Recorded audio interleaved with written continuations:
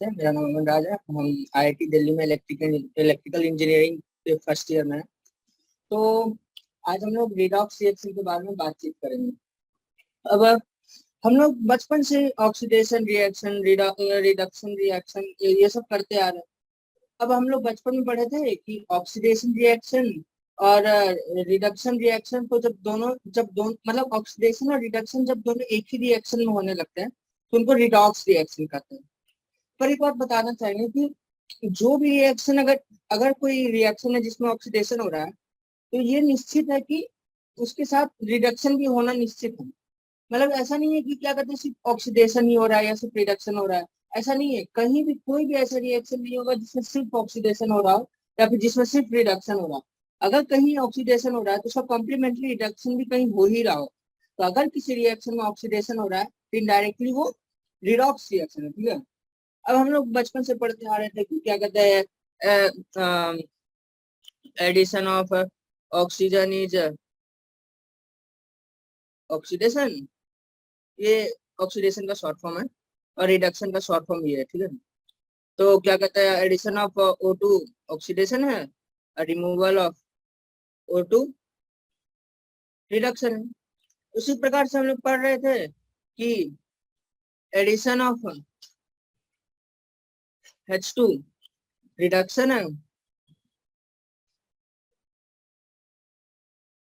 और removal of H2 oxidation. देखिए, ये सब क्या है कि ब्रॉडली सारे रिएक्शंस को कवर नहीं करती है। ठीक है। ये मोस्टली दो चार मतलब ठीक है करती है, पर उतने सारे रिएक्शंस को कवर नहीं करती। अब बहुत बार इसके एक्सेप्शंस भी आ जाते हैं, जैसे for example sodium plus hide sorry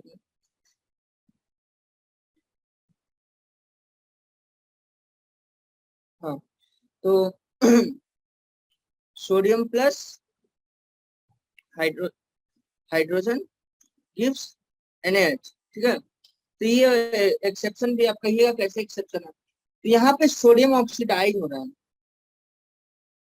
even though कि हाइड्रोजन यहाँ पे ऐड हो रहा है तब भी सोडियम यहाँ पे ऑक्सीडाइज हो रहा है। तो ऐसा क्यों हो रहा है? ठीक है। तब साइंटिस्ट लोगों ने मिलकर एक ब्रॉडली डिफाइन करने का प्रयास किया। क्या है वो ब्रॉड डिफिनेशन? ब्रॉड डिफिनेशन यह है कि अगर किसी का ऑक्सीडेशन नंबर, ठीक है, अगर किसी का ऑक्सीडेशन नंबर इंक्रीज हो रहा है तो वो रिएक्शन ऑक्सीडेशन रिएक्शन है, और अगर ऑक्सीडेशन नंबर डिक्रीज हो रहा है तो वो रिडक्शन रिएक्शन है। ठीक है। उसी प्रकार से हम कह सकते हैं हम एक और एग्जांपल, एक और एडिशन ऑफ इलेक्ट्रॉन रिडक्शन है। ठीक है। और रिमूवल ऑफ इलेक्ट्रॉन ऑक्सीडेशन है।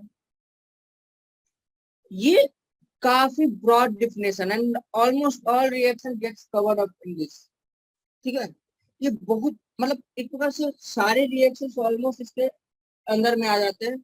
कोई दिक्कत नहीं होता, मतलब सब कुछ बढ़िया से प्री डिफाइन होके सब एकदम क्लियरली जितने भी, जैसे addition of oxygen, removal of oxygen, मतलब ऑक्सीजन, ये सब तो पुराने पुराने डिफिनेशन थे, उन सबको भी ये अपने अंडर में कवर कर लेता है। ठीक है। उसी के हिसाब से यहाँ बहुत सारे रिएक्शंस है। ये सब रिएक्शंस बहुत इंपॉर्टेंट है। ठीक है। प्रयास करिएगा कि इन सबको याद रखने का प्रयास करिएगा, प्रैक्टिस करिएगा, रिएक्शंस को एक जगह लिख के रखिए। जितने भी रिएक्शंस इसमें आते हैं उन सबको प्रयास करिए कि आप एक जगह लिख के रखिए और उनको डेली रिवाइज करते रहने का प्रयास करिए। क्योंकि क्या होगा ना कि अभी आने वाले जो चैप्टर्स है, P ब्लॉक्स, S ब्लॉक्स, उस समय ये रिएक्शन का बहुत यूज है। D ब्लॉक में ये सब बहुत ज्यादा यूज है रिएक्शंस का। ठीक है। अ, उसके बाद फिर एक होता है ऑक्सीडाइजिंग एजेंट और एक होता है reducing agent. Oxidising agent is something जब वो क्या कहते हैं किसी चीज को ऑक्सीडाइज करता हो और खुद रिड्यूस हो जाता हो, क्या कहते हैं, ऑक्सीडाइजेस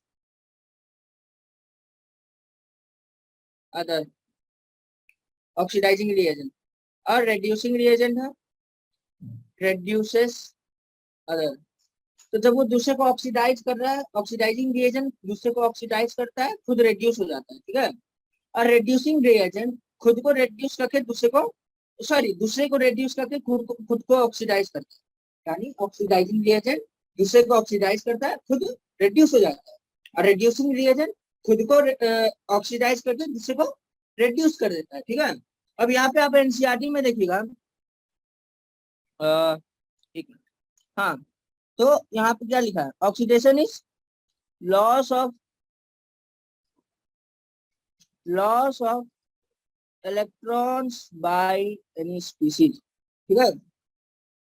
और reduction is gain of electrons by any species, यही होता है ऑक्सीडेशन और रिडक्शन, ठीक है। अब है क्या, ऑक्सीडाइजिंग एजेंट। ऑक्सीडाइजिंग एजेंट उसको कहते हैं जो दूसरे को ऑक्सीडाइज करता हो, खुद को रिड्यूस कर रहा हो, मैंने वो रिड्यूस हो रहा है, मैंने वो इलेक्ट्रॉन को एक्सेप्ट करेगा, इसलिए oxidising agents are acceptor of electron, ठीक है। और reducing agents are, reducing agent क्या करते हैं, दूसरे को रिड्यूस कर रहे हैं, मतलब खुद को ऑक्सीडाइज कर, ठीक है, उनको इलेक्ट्रॉन लूज करना होगा, इसलिए वो are, they are donor of electron, ठीक है। इस तरह से आप बेसिकली कर सकते हैं। और क्या है, उसके बाद एक होता है कॉम्पिटिटिव इलेक्ट्रॉन ट्रांसफर रिएक्शन। उसमें क्या होता है कि एक एटम, एक मेटल क्या करता है, या फिर एक एलिमेंट क्या करता है, खुद को ऑक्सीडाइज करके, ठीक है, खुद को ऑक्सीडाइज करके दूसरे को रिड्यूस करता है कॉम्पिटिटिवली। जैसे फॉर एग्जांपल हम लोग बचपन से पढ़ रहे होंगे कि कॉपर सल्फेट प्लस जिंक क्या करता है, क्या होता है, जिंक सल्फेट प्लस कॉपर। यहाँ कॉपर का ऑक्सीडेशन नंबर क्या था, 2, यहाँ जिंक का 0, और अब यहाँ पे हो गया जिंक का ऑक्सीडेशन नंबर 2, कॉपर का 0। माने क्या हुआ, कॉपर को जिंक जबरदस्ती रेड्यूस कर दिया, खुद ऑक्सीडाइज हो गया। इसी को कहते हैं कॉम्पिटिटिव इलेक्ट्रॉन ट्रांसफर, मतलब कौन ज्यादा इलेक्ट्रॉन दे सकता है, ताकि सामने वाले को फोर्स कौन कर सकता है इलेक्ट्रॉन एक्सेप्ट करने के लिए, ठीक है। तो यहाँ पे जिंक जबरदस्ती कॉपर में डाल देता है, ठीक है। लेकिन अब क्या है कि अगर आप मान लीजिए ZnSO4 प्लस Cu, अगर इसको डालिएगा तो तो ये नहीं होगा, ठीक है, वो गलत है, वो नहीं होगा। क्यों नहीं होगा, क्योंकि Zn is more stronger reducing agent than copper, ठीक है। तो zinc will reduce copper, zinc has more power to reduce copper, but copper is less, मतलब copper is less reducing power when compare to zinc, so copper can't reduce zinc, ठीक है। अब आगे क्या है, उसी तरह से और भी कुछ कंपेटिव है, ठीक है। जैसे फॉर एग्जांपल यहाँ पे आप देख सकते हैं कॉपर प्लस सिल्वर, यहाँ कॉपर सिल्वर से ज्यादा स्ट्रॉन्ग है, ठीक है। Copper is more stronger than silver in reducing, ठीक है। अब आता है कोबाल्ट और निकल, ठीक है। लेकिन क्या है कि कोबाल्ट और जो निकल है ना, वो ऑलमोस्ट मतलब दोनों बराबर का ही रहता है, ठीक है। तो अगर मान लीजिए आप कोबाल्ट प्लस निकल सल्फेट लेंगे, तो आपको कोबाल्ट सल्फेट प्लस निकल, पर क्या होगा कि आपको जो रिएक्शन मिक्सचर होगा ना, उसमें ये दोनों प्रेजेंट होगा, ये दोनों वहां पे प्रेजेंट होगा, ठीक है। ये निकल SO4 और कोबाल्ट सल्फेट, ये दोनों चीजें वहां पे प्रेजेंट रहती है। क्यों, क्योंकि दोनों ऑलमोस्ट बराबर की है, तो कुछ मतलब कोई ज्यादा फोर्स नहीं कर पाता एक दूसरे को, दोनों एक दूसरे से अदला बदली कर लेते थोड़ा सा, इस प्रकार से। अब होता है ऑक्सीडेशन नंबर। तो ऑक्सीडेशन नंबर के कुछ फॉर्मूले हैं, कुछ तरीके हैं कैलकुलेट करने के, वो सब आप लोग थोड़ा सा क्या कहते हैं, जानना चाहिए आप लोग को, वो सब चीजें कैसे कैलकुलेट करते हैं। फॉर एग्जांपल एक चीज तो देख लीजिए कि अगर सेम मॉलिक्यूल का है, जैसे फॉर एग्जांपल है एक एलिमेंट है जो सेम मॉलिक्यूल, एक मॉलिक्यूल है जो सेम एलिमेंट का, जैसे H2O2, ठीक है। और और क्या होता है, हाँ, Cl2, P4, Sx, ये सब क्या है, मतलब एक ही एलिमेंट से बने हुए हैं, ठीक है, सेम एलिमेंट है सब में। तो इसमें हर एक एलिमेंट का ऑक्सीडेशन नंबर 0 होता है। जब वो सेम एलिमेंट के बने हुए होते हैं ना, तो उनका ऑक्सीडेशन नंबर 0 होता है। और जनरली सोडियम वाला जो ग्रुप है, पोटासियम, रुबिडियम, सीजियम, फ्रांसियम, ये सोडियम, पोटासियम, रुबिडियम, सीजियम, ये हमेशा +1 दिखाएंगे। They will always show +1 oxidation number, they will never very it. ठीक है। उसी तरह हम लोग देखें तो मैग्नीशियम, बेरिलियम, बेरिलियम का चेंज हो सकता है, बेरिलियम, मैग्नीशियम, दीमक का, कैल्शियम, दीमक का, strontium, barium, they will always show +2। ठीक है, दे विल ऑलवेज शो +2। और क्या है, मतलब ये तब +1 दिखाएंगे जब वो किसी एटम, किसी एलिमेंट में होंगे जो होमोजीनियस नहीं, मतलब इस प्रकार का नहीं हो। ठीक है। और ये तब +2 दिखाएंगे जिसमें वो होमोजीनियस ना हो, मैंने सेम एलिमेंट्स ना हो। ठीक है। कोई आयोन में होने पे, कोई कंपाउंड में होने पे वो +1 और +2 ही हमेशा दिखाते हैं। और एक है आ, आ, क्या होता है कि हाँ, ऑक्सीजन आम तौर पे -2 ही दिखाता है, आम तौर पे। ठीक है। लेकिन हो सके तो ये कभी -1 भी, जीरो तो ऑब्वियस सी बात है, दिखा O2 में दिखाता है, +1 भी दिखा सकता है, +2 भी दिखा सकता है। ठीक है। और फ्लोरीन मोस्ट प्रोबेबली -1 या 0 ही दिखाएगा। ठीक है। और क्या होगा, क्लोरीन, ब्रोमीन, आयोडीन। ठीक है, ये -1, 0, +1, +3, +5 ये सब दिखा सकते हैं। और क्या होता है, पर जनरली क्लोरीन, ब्रोमीन, आयोडीन का -1 और 0 ही रहता है। और क्या होता है, मतलब इस तरह से आप रूल से अलग अलग चीज प्राप्त कर सकते हैं, जान सकते हैं। ठीक है। एक चीज और है कि ऑक्सीजन का +1, +2 बहुत रेयर होता है। ठीक है। ये सिर्फ OF2 और O2F2 में ही दिखता है। अब देखिए, अब दो चार एक और चीज जानने का प्रयास करते हैं कि अगर आपको कोई कंपाउंड है, ठीक है, और आपसे पूछे कि उसका ऑक्सीडेशन नंबर क्या है, जैसे फॉर एग्जांपल आपको दे दे NaBH4। ठीक है। अब इसका आपको जानना होगा कि क्या क्या कहते हैं ऑक्सीडेशन, इसमें आपको पूछेगा कि बोरॉन का ऑक्सीडेशन नंबर क्या है। सबसे पहले एक और बात जान लीजिए कि H का आमतौर पे +1 ही रहता है। ठीक है। और या तो 0 होता है, कभी कभार ही -1 होता है। ठीक है। अगर किसी भी कंपाउंड में अगर हाइड्रोजन प्रेजेंट है, ठीक है, अगर किसी भी कंपाउंड में हाइड्रोजन प्रेजेंट है तो आमतौर पे उसका +1 ही होता है, 0 तो नहीं होता है। 0 तो सिर्फ H2 जैसे केस में होता है, और -1 कभी कभार जैसे सोडियम हाइड्राइड, ठीक है, उस केस में -1 ही होता है। बाकी आम तौर पे हाइड्रोजन हमेशा +1 ही रहता है। ठीक है। अब क्या है कि इसका कैसे निकालें, इसे हमको पूछा है बोरोन का निकालें, तो बोरोन का कैसे निकालें। तो बोरोन का निकालने के लिए हम लोग क्या करेंगे कि देखिए, इसको क्या करते हैं कि मान लेते हैं बी का, अब पूछे बी का ऑक्सीडेशन नंबर क्या है बोरोन का, तो बोरोन का ऑक्सीडेशन नंबर को हम लोग मान लेते हैं X। ठीक है। और इसका फॉर्मूला होता है कि sum of oxidation number of each element of molecule is equal to charge of molecule. ठीक है। तो सम ऑफ ऑक्सीडेशन नंबर, अब जैसे सोडियम का ऑक्सीडेशन नंबर क्या होगा हम लोग को पता है, क्या है, +1। और बोरोन का नहीं पता था, +X, प्लस 4 गुना, क्योंकि 4 हाइड्रोजन है और हम क्या बोले कि आमतौर पर हाइड्रोजन +1 होता है, तो 4 गुना +1 equal to charge of molecule. NaBH4 neutral है इसलिए 0, X+5 इक्वल टू 0। ठीक है। अब क्या होगा, X इक्वल टू -1। यहाँ पे हमें क्या दिख रहा है कि कुछ गड़बड़ हो रहा है, तो ये प्रकार से ये केस आगे में बता दे। ठीक है, इसको भी एक्सेप्शन में रखते हैं, इसको हम बाद में समझाते हैं आपको। ठीक है, क्योंकि कुछ केसेस होते हैं वो आगे हम बताएंगे। पहले आपको सिंपल केस बताते हैं, जैसे हाँ H2SO4 जैसे करते हैं। ठीक है, तो हम H2SO4 में जाने का प्रयास करेंगे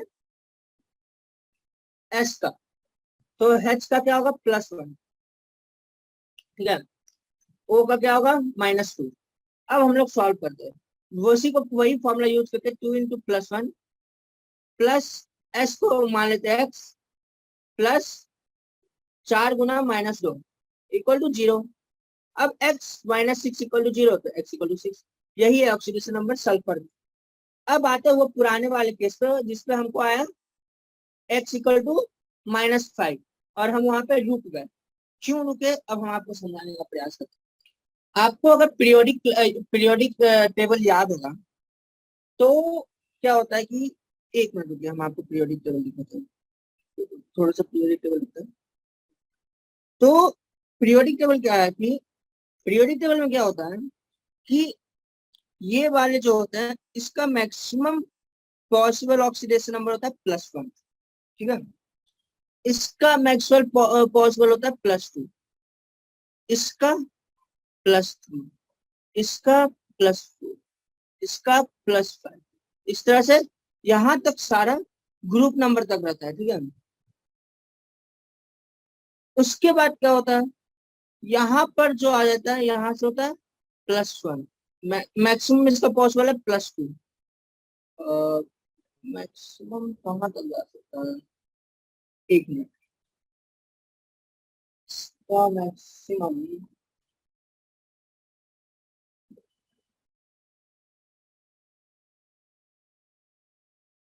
देखिए, डी ब्लॉक का तो इतना श्योर नहीं रहता है, ठीक है। मतलब डी ब्लॉक का कोई रूल फॉलो नहीं करता है, ठीक है। डी ब्लॉक का जनरली आमतौर पर कोई रूल तो हमको जहाँ तक याद है नहीं फॉलो करते। वो आप क्या करते हैं, जब आप आगे पढ़िएगा आपको 12th में डी ब्लॉक चैप्टर, उससे पता चलेगा कि वो मैक्सिमम कितना तक जाता है, ठीक है। अब जैसे फॉर एग्जाम्पल हम देखना चाहे तो इसका देख सकते हैं, जैसे स्कैंडियम का +3 है, टाइटेनियम का +4 जाता है, वैनेडियम का +5 तक जाता है, ठीक है। क्रोमियम का क्रोमियम वाले ग्रुप का +6 तक जाता है, ठीक है। एक मिनट इसको क्लियर कर, हाँ, इसका +3 तक, इसका +4, इसका +5 तक, इसका +6, इस ग्रुप का +7, यहाँ से वापस घूमने +6 +5, ठीक है। और प्लस, जैसे ऑफिशियली कोबाल्ट का +5 तक तो नहीं जाता, कोबाल्ट, हाँ सॉरी, कोबाल्ट वाले ग्रुप का +5 तक, निकल का +4 तक, कॉपर वाले ग्रुप का +3 तक जा सकता है। लेकिन आमतौर पे कभी भी कॉपर का ग्रुप मोस्टली +2 तक ही जाता है, ठीक है। कॉपर वाले ग्रुप मैक्सिमम +2 तक ही जाते हैं, और जिंक भी +2 तक जा सकता है, जिंक का ग्रुप, ठीक है। उसके बाद मतलब ये डी ब्लॉक वाले इरेगुलर होते हैं। अब क्या होता है कि इस साइड वाले देखते हैं, ठीक है, पी ब्लॉक का क्या रहता है कि ये मैक्सिमम कहाँ तक जा सकता है, मैक्सिमम जा सकते हैं अपने ग्रुप नंबर -10 तक, ठीक है। यानी ये 3 तक, ये 4 तक मैक्सिमम, ये 5 तक मैक्सिमम, ये +6 तक, ये मैक्सिमम +7 तक, ठीक है।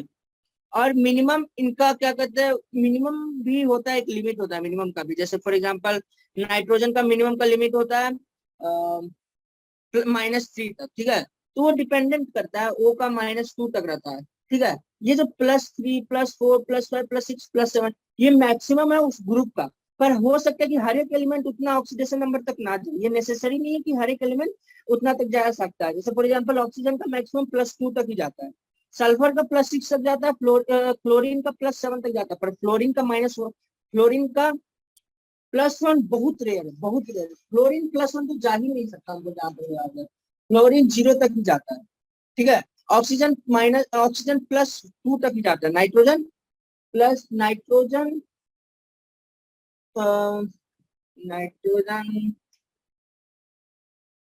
नाइट्रोजन का हम श्योर नहीं है, पर कार्बन +4 तक जाता है, बोरॉन भी +3 तक जा सकता है, ठीक है। ये मैक्सिमम लिमिट। तो मैक्सिमम लिमिट क्या होता है कि ग्रुप नंबर -10। अब हमको यहाँ पे आया कि यहाँ पे हमको आया कि x इक्वल टू -5 आ रहा है, ठीक है। और एक और बात बता दें कि जो बोरॉन का है वो मिनिमम भी जा सकता है। बोरॉन का जो बोरॉन ग्रुप का मिनिमम होता है वो जहां तक होता है जनरली आमतौर पे -3 तक होता है, ठीक है। बोरॉन वाले ग्रुप का आमतौर पे -3 तक होता है, ठीक है। तो अब हमको इससे क्या पता चल रहा है कि बोरोन का तो एक्स का तो -5 तक जा रहा है, जबकि बोरॉन का हमको बताया गया -3 तक ही जाता है ना। तब क्या किया जाए, तब हम लोग केस लगाते हैं कि हाइड्रोजन का ऑक्सीडेशन नंबर -1 है, ठीक है। तो 1 + x + 4 × -1 = 0, यानी x = 3। हाँ, अब सेटिस्फाइड हो रहा है। क्यों? क्योंकि बोरॉन का मैक्सिमम +3 तक जा सकता है। हम लोग ये बात सीखे थे, ठीक है। ये एक प्रकार से जनरल टर्म्स होते हैं, ये आप जब अगले चैप्टर्स करते रहिए ना तो आराम से याद हो जाएगा, उसमें टेंशन लेने वाली कोई बात नहीं है, ठीक है। अब अपने वापस उस जगह पर। हाँ, तो इस तरह से हम लोग कैलकुलेशन कर सकते हैं फर्दर, ठीक है। उसके बाद एक होता है स्टॉक नोटेशन। स्टॉक नोटेशन हमें क्या कहता है कि जैसे हम कोई कंपाउंड लिखे Fe2O3, ठीक है, तो इसको इस तरह से रिप्रेजेंट कर सकते हैं, आयरन,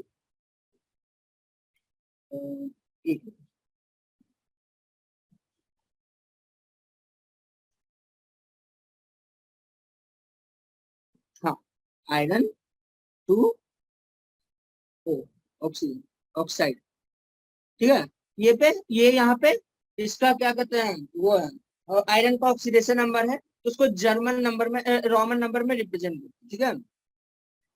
तो इस प्रकार से आगे चलते जाते हैं, ऑक्सीडाइजिंग एजेंट क्या है, रेड्यूसिंग एजेंट क्या है, ये सब हम लोग सीखते हुए फिर क्या है, अब आते हैं टाइप्स ऑफ रिएक्शंस, ठीक है। टाइप्स ऑफ रिडॉक्स रिएक्शंस, ठीक है। अब वो क्या होता है टाइप्स ऑफ रिडॉक्स रिएक्शंस, तो चलिए हम देखते हैं। रिडॉक्स रिएक्शन हमारे कितने प्रकार के होते हैं,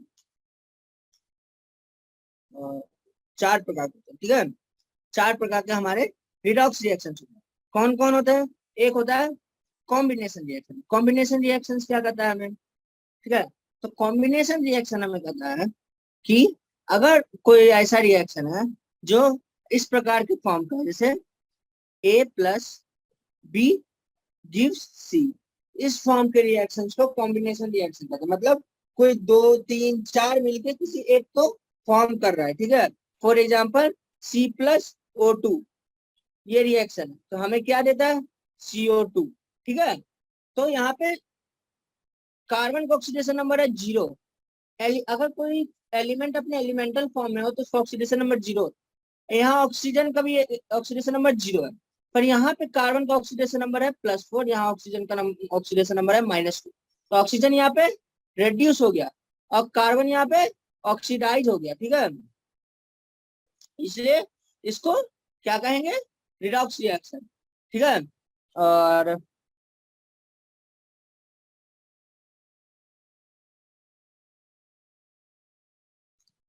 एक और बात बताते हैं, आप एनसीईआरटी में देखिएगा, एक पॉइंट है, ठीक है, याद रखने का प्रयास करिएगा। All combustion reactions which make use of elemental dioxygen as well as other reactions involving elements other than dioxygen are redox reaction। यानी सारे कंबशन रिएक्शन रिडॉक्स रिएक्शन होते हैं, ठीक है। ये पॉइंट अपने दिमाग में प्रयास करिएगा बैठाने का, ठीक है। एक है यहाँ पे एग्जांपल जिसमें आप देख सकते हैं, ये है और कंबशन हो रहा है यहाँ पे, ठीक है। इस कंबशन से हमें 2 प्रोडक्ट आए, तो ये रिडॉक्स रिएक्शन है, ठीक है। और अब क्या आता है, अगला है डिकम्पोजिशन रिएक्शन। डिकम्पोजिशन रिएक्शन में क्या होता है कि एक एक एलिमेंट रहता है, ठीक है, दूसरा एक दूसरा डिकम्पोजिशन रिएक्शन,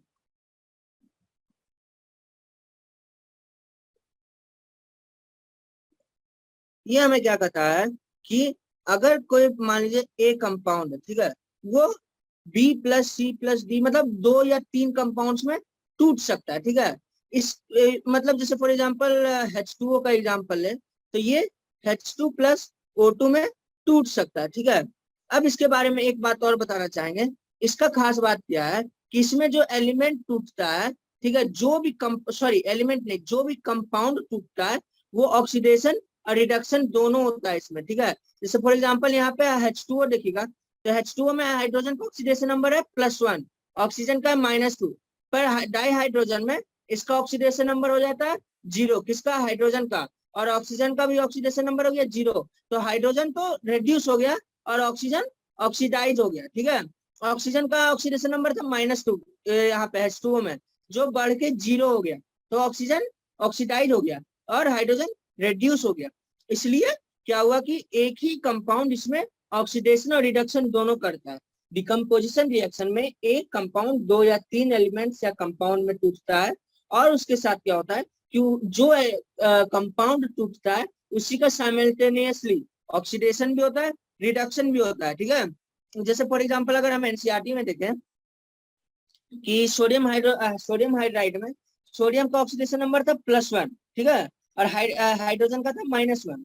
लेकिन रिएक्शन के बाद क्या हो गया, यहाँ देखिए सोडियम का ऑक्सीडेशन नंबर हो गया 0 और हाइड्रोजन का ऑक्सीडेशन नंबर हो गया 0। अब क्या हुआ, सोडियम का पहले +1 था, अब हो गया 0, तो +1 से हो गया 0, मतलब ऑक्सीडेशन नंबर घट गया, सोडियम का हो गया रिडक्शन। अब हाइड्राइड क्या, हाइड्राइड जो था उसका ऑक्सीडेशन नंबर था -1, पर अब वो फाइनल में बढ़ के हो गया 0, तो उसका क्या हुआ, फाइनल में ऑक्सीडेशन नंबर बढ़ गया, तो उसका हो गया ऑक्सीडेशन। तो ये भी रिडॉक्स रिएक्शन है। ठीक है, और आगे फिर से करें, इन सभी रिएक्शंस को प्रयास करिए कि याद करें। ठीक है, ये सारे रिएक्शंस बहुत इंपॉर्टेंट है, बहुत ज्यादा इंपॉर्टेंट। ठीक है, और एक और बात, डिकम्पोजिशन तभी पॉसिबल है। ठीक है, डिकम्पोजिशन जब होता है, जैसे मान लीजिए कोई एलिमेंट ए है, वो ब्रेक हो रहा है बी और सी में, तो बी में उसका जो ऑक्सीडेशन नंबर होगा वो मान लीजिए, सॉरी एक मिनट, हाँ, ए बी और प्लस सी में टूट रहा है, तो ए का जो जैसे ऑक्सीडेशन नंबर जो होगा वो बी और सी में जो ऑक्सीडेशन नंबर है उसके बीच का होगा। ठीक है, जैसे for example KClO3 KCl +3O2 में टूटा, यहाँ +1 था, +5 था, -2 था, +1 था, -1 था, 0 था, तो यहाँ पे पॉसिबल था कि 5 को घटा के -1 पे ले जाया जा सकता है और ऑक्सीजन को बढ़ाया जा सकता है। माने इस कंपाउंड में पॉसिबल है कि ऑक्सीडेशन और रिडक्शन पॉसिबल है। ठीक है, अगर कोई ऐसा कंपाउंड है जिसमें सिर्फ उसके एलिमेंट का ऑक्सीडेशन ही पॉसिबल या फिर सिर्फ उसका रिडक्शन ही पॉसिबल, तो वो डिकम्पोजिशन रिएक्शन नहीं कर सकता। ठीक है, ये बात याद रखिएगा। अब आगे बढ़ते हैं, अब हम बढ़ते हैं अपने डिस्प्लेसमेंट रिएक्शन। डिस्प्लेसमेंट रिएक्शन तो हम लोग बहुत पहले से ही पढ़ते आ रहे हैं। क्या है डिस्प्लेसमेंट रिएक्शन? डिस्प्लेसमेंट रिएक्शन हमें कहता है, क्या कहता है कि मान लीजिए कोई एक्स कंपाउंड है या एलिमेंट है, YZ है कंपाउंड है, तो वो XZ+Y हो जाएगा। जैसे फॉर एग्जांपल हम लोग क्या पढ़े थे, zinc plus copper sulphate gives zinc sulphate plus copper, पढ़े थे ना, रिएक्शन देखे हैं। तो ये हमें क्या जानकारी देता है, हमें ये जानकारी देता है कि यहाँ पे डिस्प्लेसमेंट हो रहा है, किसका डिस्प्लेसमेंट हो रहा है, सल्फेट जो था वो पहले कॉपर के पास था, लेकिन अब वो उठ के आ गया जिंक के पास, यानी उसका मूवमेंट हो गया, चेंज हो गया, शिफ्टिंग हो गया, इसलिए इसको कहते हैं डिस्प्लेसमेंट रिएक्शन। अब इनिशियली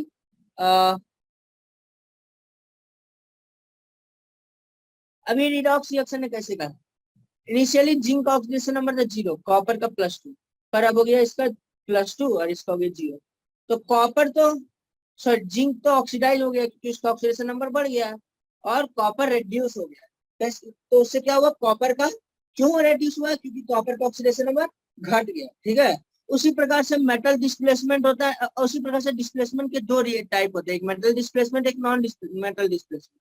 ठीक है, तो मेटल डिस्प्लेसमेंट पे आप देख सकते हैं यहाँ सॉरी मेटल के साथ सारा खेल हो रहा है। ठीक है, टाइटेनियम मैग्नीशियम क्रोमियम एल्यूमिनियम। ठीक है, ये वाला जो रिएक्शन है ना, ये बहुत इंपॉर्टेंट रिएक्शन है।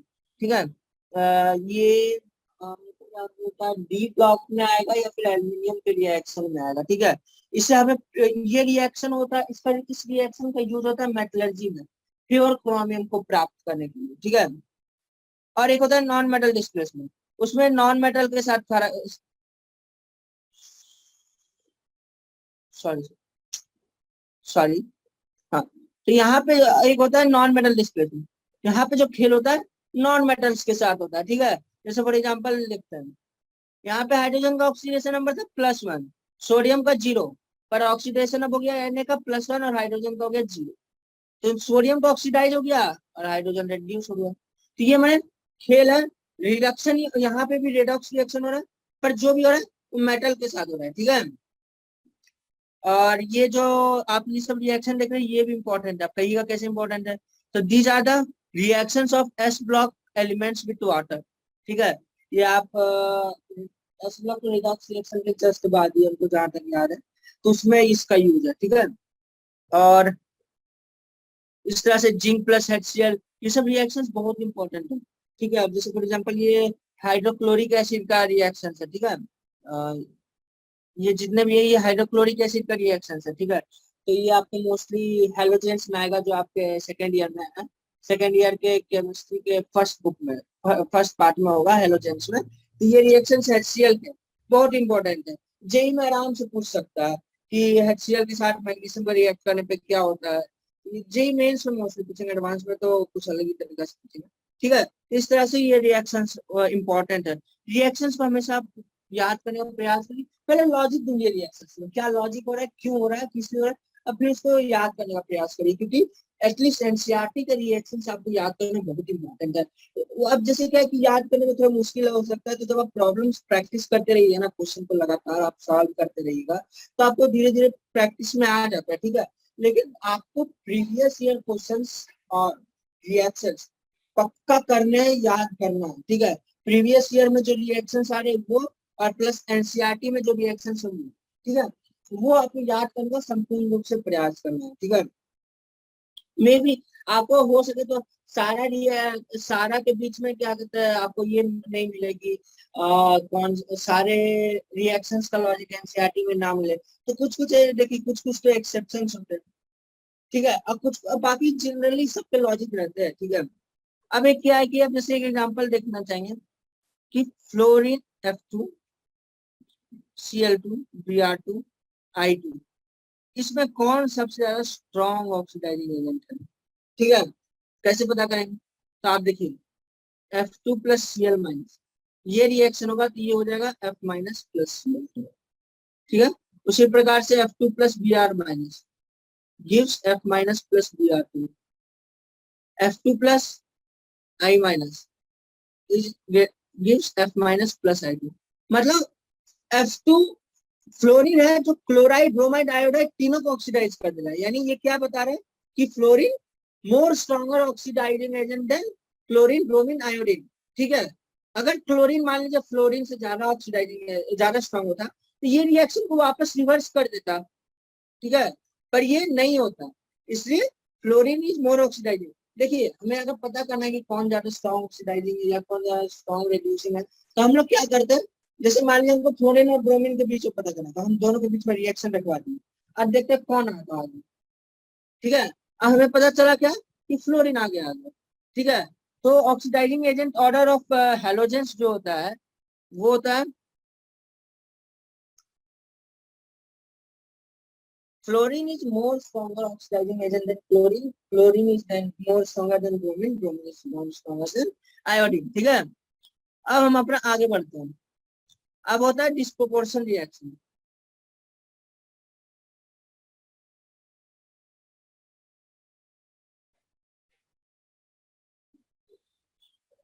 कुछ हमारा तरीका ये डिकम्पोजिशन रिएक्शन के बारे में एक पॉइंट बोले थे कि एक एलिमेंट दूसरे में डिसोसिएट होता है, वो वाला पॉइंट ठीक है, लेकिन थोड़ा सा गड़बड़ ये है कि हम वहां पे एक एलिमेंट के रेस्पेक्ट में बोले थे, ठीक है। तो वैसा नहीं है, एक कंपाउंड के रेस्पेक्ट में बोला था।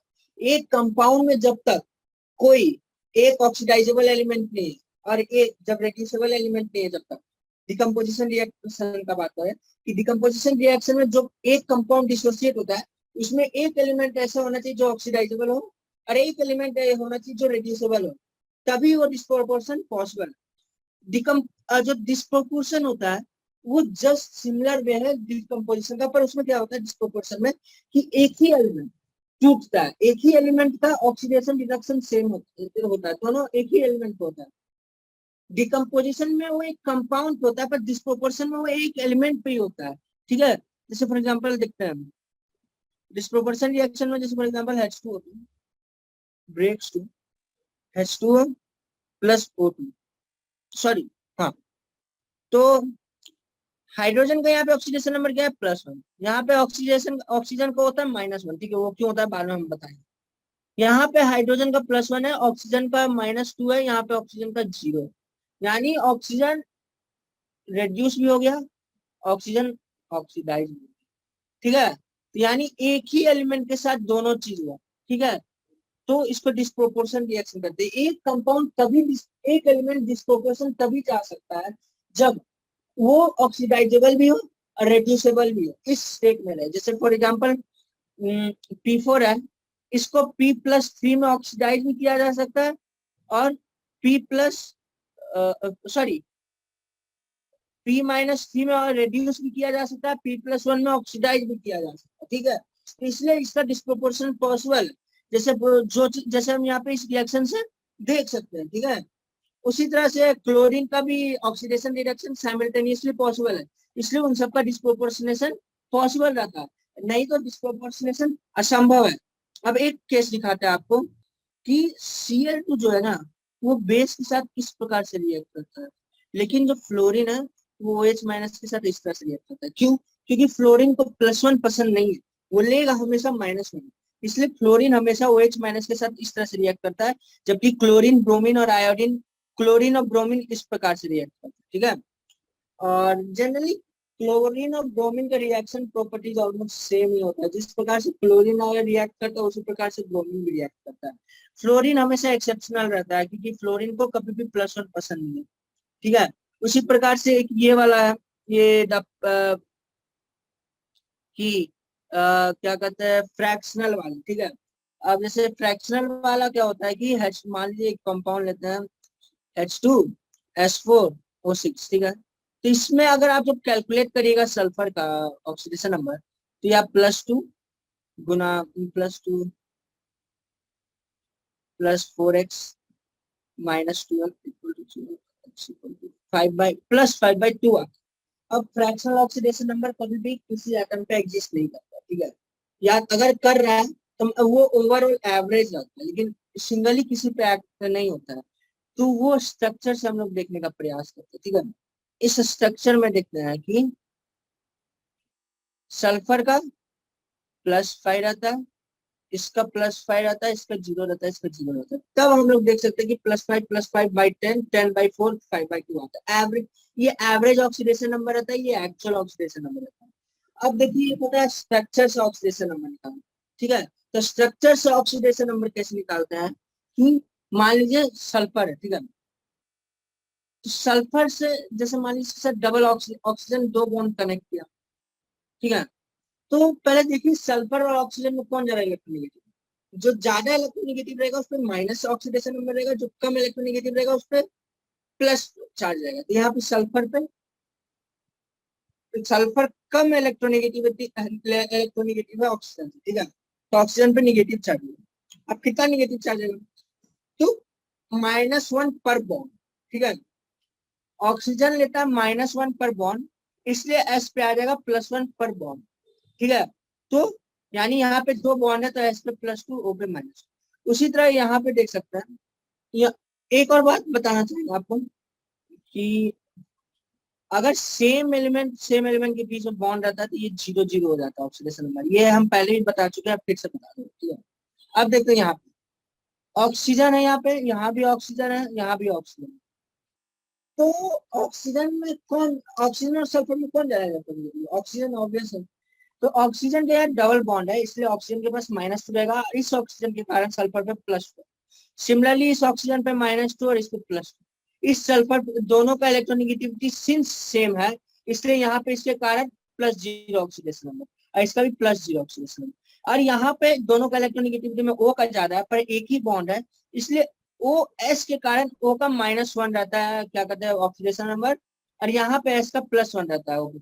तो टोटल ऑक्सीडेशन नंबर होता है +2 +1 +2 यानी +5, ठीक है। अब यहाँ आते हैं, ऑक्सीजन जो था ये -1 था सल्फर के कारण, और हाइड्रोजन भी O से कम इलेक्ट्रोनेगेटिव, तो हाइड्रोजन के भी कारण O पे एक -1 आता है और H खुद +1 ले लेता है, इसलिए ऑक्सीजन का ओवरऑल इलेक्ट्रोनेगेटिविटी -2 होता है, ठीक है। अब क्या है, इसी तरह से स्ट्रक्चर से बाकी सबका भी कैलकुलेट कर सकते हैं। जैसे फॉर एग्जांपल एक होता है ClO, ठीक है। अब ये माइनस आ गया, क्या किया जाए, तो माइनस से घबराने की जरूरत नहीं, माइनस माने ये ऑलरेडी O के पास एक -1 ऑक्सीडेशन नंबर। अब क्लोरीन और ऑक्सीजन में ऑक्सीजन ज्यादा है, क्या कहते हैं इलेक्ट्रोनेगेटिविटी, इसलिए ऑक्सीजन को एक और -1 मिलता है, टोटल ऑक्सीजन का ऑक्सीडेशन नंबर हो जाता है -2। और इसके कारण क्लोरीन के पास आ जाता है +2। उसी तरह ये ऑक्सीजन -2, ये +2, ये ऑक्सीजन -2, ये +2, तो टोटल क्लोरीन का +5। अगर मान लीजिए ऑक्सीजन का यहाँ प्लस रहता, ऐसे तो नहीं होता है, लेकिन अगर बाय द वे रहता तो यहाँ ऑक्सीडेशन नंबर पहले से इसका +1 रहता और इसके कारण -1 रहता, तो नेट 0 रहता। ठीक है, लेकिन ऐसा नहीं होता, हम पहले कहते थे ऐसा नहीं होता है। ठीक है, और क्या है, हाँ एक था कि फॉर्मूला से जो बता रहे थे कैलकुलेट करना, उसमें क्या करना चाहिए था। एक मान लीजिए उसमें सारा न्यूट्रल वाला लिया, अब एक लेते CO3-2, उसको कैसे करेंगे। तो CO3-2 में कार्बन का हमको मान लीजिए अगर निकालना है, इसको x मान लेते हैं, ये 3 × 2 हो जाएगा, +3 × 2 तो -6 हो जाएगा, इक्वल टू टोटल चार्ज -2, तो x = 6 -2 = 4। इस तरह से हम आयन का ऑक्सीडेशन नंबर भी निकाल सकते हैं, आयन में किसी एलिमेंट का ऑक्सीडेशन नंबर निकाल सकते हैं। ठीक है, अभी क्या कहते हैं, आने वाले जो एनसीईआरटी की प्रॉब्लम्स हैं उनमें अलग अलग तरह के मॉडल्स रहेंगे, उससे आपको समझ में आ जाएगा। ये लगता है आप ये वाला एक बार रुकिए फिर से क्लियरली बता दूं। CO3-2, इस पे ओवरऑल नेगेटिव चार्ज कितना है, -2। हम लोग क्या सीखे थे, sum of oxidation number is equal to total charge. Carbon का अगर हम ऑक्सीडेशन नंबर x मान लेते हैं, x +3 गुना -2, ऑक्सीजन का जनरली -2 रहता है, ठीक है, इक्वल टू -2, तो इससे हमें x = 4 आ जाएगा। यहाँ पे कार्बन का ऑक्सीडेशन नंबर है 4। इस तरह से हम अलग अलग कंपाउंड्स के भी ऑक्सीडेशन नंबर फॉर्मूला और स्ट्रक्चर्स निकाल सकते हैं। अब एक आता है ऑक्सीडेशन नंबर, मतलब वो होता है बैलेंसिंग ऑफ रिएक्शन। तो बैलेंसिंग ऑफ रिएक्शन जो प्रॉब्लम्स है ना, उसमें हम आगे समझाते चल जाएंगे। ठीक है, और अब क्या है,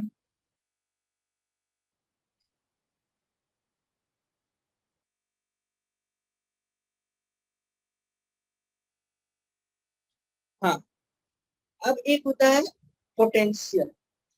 पोटेंशियल क्या है, जैसे अ, जैसे हाँ, जैसे इसका पोटेंशियल है, फ्लोरीन का रिडक्शन का पोटेंशियल है 2.87, ठीक है, और सोडियम के पोटेशियम के रिडक्शन का पोटेंशियल है -2.9, ठीक है। तो आई मीन मेरा कहना है कि यहाँ पे, हाँ, तो एक रिएक्शन तभी संभव है, जैसे एक रिएक्शन का ई नेट जो होता है, total potential of A reaction is oxidation plus reduction, ठीक है, ऑक्सीडेशन प्लस रिडक्शन का पोटेंशियल। ये पोटेंशियल जब ये ई नेट पॉजिटिव होगा तभी रिएक्शन होगा, नहीं तो नहीं होगा। जैसे फॉर एग्जांपल हम एक रिएक्शन लेते हैं, potassium plus fluorine gives us Kr। यहाँ पे K+ हो रहा है, F2 F- हो रहा है, तो F2 का F- का जो पोटेंशियल था वो था 2.87। अब K+ से K का पोटेंशियल था -2.9, तो K से K+ का जो होता है, मतलब रिवर्स रिएक्शन का जब हम लेते हैं तो इसको इंटू -1 कर देते हैं, यानी इसको +1 कर देते हैं, 2.9, ठीक है। तो माने क्या होता है, तो K से K+ का हो गया पोटेंशियल 2.9। अब इन दोनों को जोड़ने पे हमें जो वैल्यू आएगा वो पॉजिटिव होगा, इसलिए ये रिएक्शन फिजिबल है। लेकिन अगर हम इसका रिवर्स रिएक्शन ले लें, जब इसका रिवर्स रिएक्शन ले लें इस प्रकार से, तो देखते हैं कि इसमें K+K में टूट रहा है, इसका पोटेंशियल कितना है, -2.9। एफ F-F2 हो जा रहा है, इसका पोटेंशियल है -2.8। इसका ई नेट क्या आ रहा है, निगेटिव आ रहा है, इसका मतलब क्या है कि ये रिएक्शन नॉट फिजिबल, ठीक है। इस तरह से हम लोग कोई रिएक्शन फिजिबल है कि नहीं ये पता कर सकते हैं। उसी तरह से एक और बात, जैसे जैसे जैसे जैसे ये पॉजिटिव होते चला जाता है, इंक्रीज होते जाता है, तो oxidation number, oxidation strength, oxidising agent का जो स्ट्रेंथ है, मतलब ऑक्सीडेशन पावर, वो इंक्रीज होता है। और जैसे जैसे हम लोग नीचे आते हैं तो रेड्यूसिंग पावर इंक्रीज होते जाता है, ठीक है। जैसे फॉर एग्जांपल आप देखिए, हम लोग किए थे जिंक और कॉपर का, तो जिंक का है -0.76, कॉपर का है 0.34। तो यहाँ पे जिंक का जो रेड्यूसिंग रिएजेंट है वो ज्यादा छोटा है, जिंक का जो पोटेंशियल है E0 वो ज्यादा छोटा है कॉपर से, इसलिए जिंक ज्यादा रेड्यूसिंग, स्ट्रॉन्ग रेड्यूसिंग एजेंट है कॉपर के मुकाबले। पर वही अगर हम देखें कॉपर का है 0.34, ठीक है, और कॉपर का जो है वो 0.34, ठीक है, और हाँ, और एजी प्लस का जो है वो 0.80, यानी एजी का जो क्या कहते हैं रेडियो, एजी का जो है 0.80 और कॉपर का है 0.34, यानी कॉपर का जो ई नॉट वैल्यू है वो ज्यादा छोटा है एजी से, सिल्वर से, इसलिए copper is more strong reducing agent than silver and copper can easily reduce A G plus. जैसा कि हम लोग रिएक्शन में देखे थे copper plus silver nitrate gives एक कॉपर नाइट्रेट इस प्रकार से, जैसे यहाँ पे एक एनसीईआरटी में रिएक्शन था, जैसे यहाँ हाँ, copper plus silver, copper plus silver nitrate gives us copper plus silver, यानी यहाँ पे कॉपर रिड्यूस कर दिया किसको, सिल्वर को, और वो हम कैसे करें, ई नॉट से हम लोग कह सकते हैं इजिली, ई नॉट का वैल्यू हम लोग इजिली बता सकते हैं, ठीक है, जिसका कम वैल्यू ऑफ ई नॉट होगा वो ज्यादा स्ट्रॉन्ग रेड्यूसिंग होगा, और जिसका ज्यादा वैल्यू ऑफ ई नॉट होगा वो ज्यादा स्ट्रॉन्ग ऑक्सीडाइजिंग एजेंट होगा, ठीक है। और हम लोग जो ई नॉट निकालते हैं वो हमेशा रिडक्शन के बेसिस पे निकालते हैं, जैसे पोटासियम का रिडक्शन टू पोटासियम एलिमेंट, ठीक है, तो उसका ई नॉट है -2.92, उसी तरह यहाँ पे फ्लोरीन का F- हो गया तो यहाँ रिडक्शन हुआ तो उसका है 2.87, तो हम लोग जो ई नॉट वैल्यू निकालते हैं वो हमेशा रिडक्शन रिएक्शन पे निकालते हैं, ठीक है। अब आते हैं हम अपने एनसीईआरटी प्रॉब्लम्स पे। अब एनसीईआरटी प्रॉब्लम्स का पहला क्वेश्चन क्या है हमारे पास,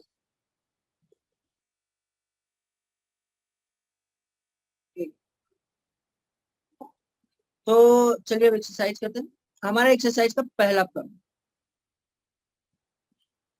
प्रॉब्लम हमें कह रहा है कि तुम सबको ऑक्सीडेशन नंबर असाइन करो, किसको किसको असाइन करो, जिसमें अंडरलाइन है, तो इस केस में कौन अंडरलाइन है, फॉस्फोरस अंडरलाइन, पहला वाला 7.1 का ए में, तो चलिए कैलकुलेट करते हैं 7.1 में ए, तो 7.1 का जो ए है उसको कैसे करेंगे, तो फॉर्मूला बताए थे कैसे, फॉर्मूला बेस्ड होता है, तो Na H2PO4 जिसमें हमको पी का पता करना है तो पी को एक्स मान लेते हैं, तो सोडियम का होगा +1, हाइड्रोजन का भी +1, ऑक्सीजन का -2, बाकी पी का एक्स, तो 1 प्लस, यहाँ 2 हाइड्रोजन है तो 2 into +1 plus X minus plus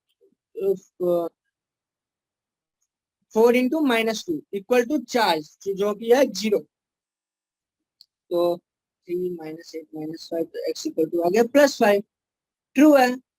periodic table में फॉस्फोरस का कितना बताए थे, +5, तो जो कि ये यहाँ पे भी +5 आ रहा है, यानी ये करेक्ट है, इसमें कोई एरर नहीं है, +5 ठीक है, यानी यहाँ पे इसका ऑक्सीडेशन नंबर है +5। अगर एरर आ रहा हो तब आप स्ट्रक्चर से सॉल्व करने का प्रयास करिए, ठीक है, उसका स्ट्रक्चर से तब सॉल्व करने का प्रयास करिए। अभी फिलहाल आगे देखते हैं, और हम आते हैं अपने अगले क्वेश्चन, सॉरी NaHSO, ठीक है, इसमें हमें निकालना है सल्फर का, सोडियम का +1, हाइड्रोजन का भी +1, सल्फर का x, ऑक्सीजन का -2, 1 + 1 + x plus 4 into -2 equal to 0, ठीक है, तो इस तरह से 2 + x - 8 इक्वल टू 0, तो x इक्वल टू आता है +6, ठीक है, तो इससे क्या होता है, तो यहाँ पे भी सक्सेस हो रहा है, क्यों, क्योंकि हमें याद है कि सल्फर कौन से ग्रुप में आता है, 16 वाले ग्रुप में, तो 16 - 10 होता है P6, यानी इसका मैक्सिमम पॉजिटिव ऑक्सीडेशन नंबर है 6, तो यहाँ पे भी हमको 6 है, तो ये करेक्ट है, ठीक है। अब आगे बढ़ते हैं अपने नेक्स्ट क्वेश्चन पे। नेक्स्ट क्वेश्चन है हमारा H4P2O7, ये C8 वाला है, ठीक है।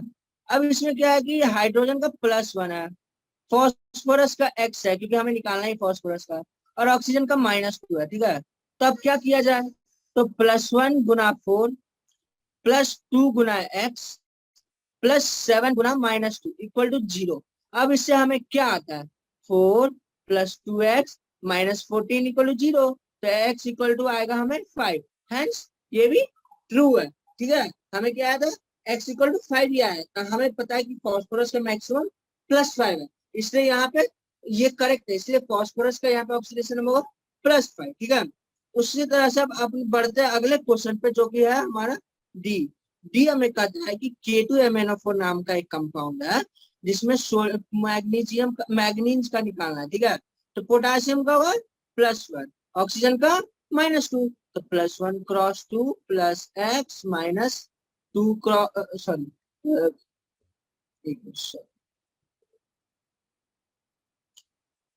K2MnO4, तो K2 का होगा +1, मैग्नीज का x, ऑक्सीजन का -2। अब हम निकालते हैं +1 cross 2 plus X -2 cross 4 equal to 0, है कि नहीं। तो 2 plus X -6 sorry -8 equal to 0, तो x इक्वल टू, तो ये आ, ठीक है। अब बढ़ते हैं अपने अगले क्वेश्चन पे। हमारा अगला क्वेश्चन क्या है, CaO2। ये आपको एक नया चीज बताया, क्या है वो नया चीज, तो चलिए।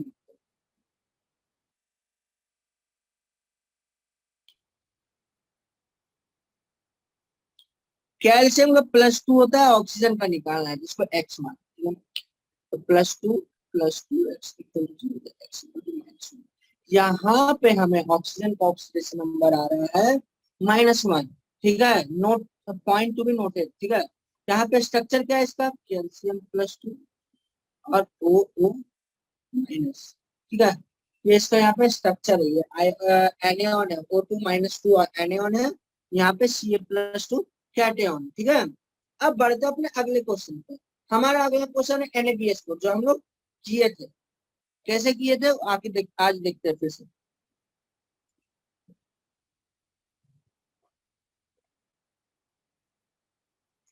NaBH4, तो आपको याद होगा कि हमें जब हम H को +1 लिए थे तो एरर आया। तो अब हम क्या करते हैं, H को -1 लेते हैं, ठीक है।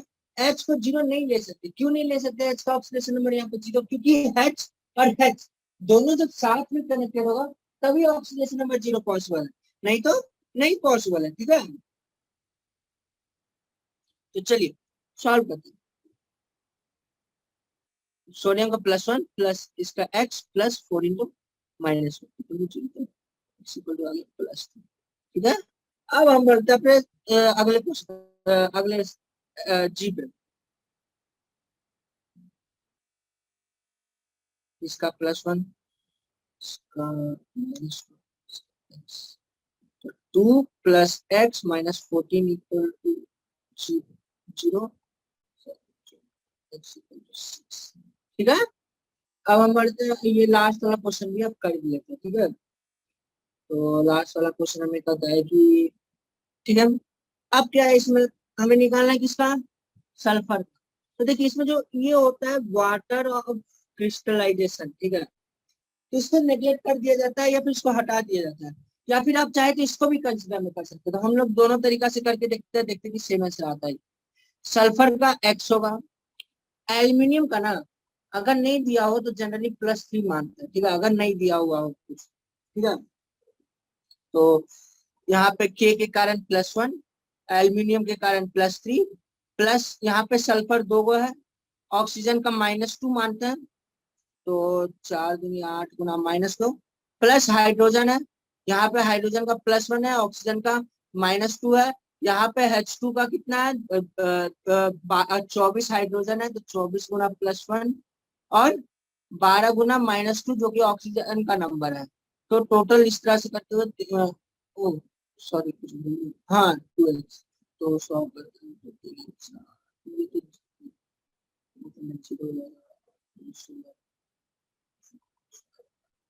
तो 6, ठीक है। इस तरह से हमें यहाँ पे x इक्वल टू +6 है, हम गलती से हर जगह 6 लिख दे रहे हैं, आपको यहाँ पे प्लस लिखना जरूरी है, ठीक है। यहाँ +6, यहाँ +6, उसी तरह से, और कहीं छोड़े, मोस्टली नहीं छोड़े, कहीं भी छोड़े। तो अगर कुछ नहीं आ रहा है तो प्लस, नहीं तो फिर माइनस, ठीक है। +6, -6 आ रहा है तो माइनस तो ऑब्वियसली लिखिएगा, लेकिन अगर सिर्फ 6 आ रहा है तो +6 लिखिएगा, ठीक है।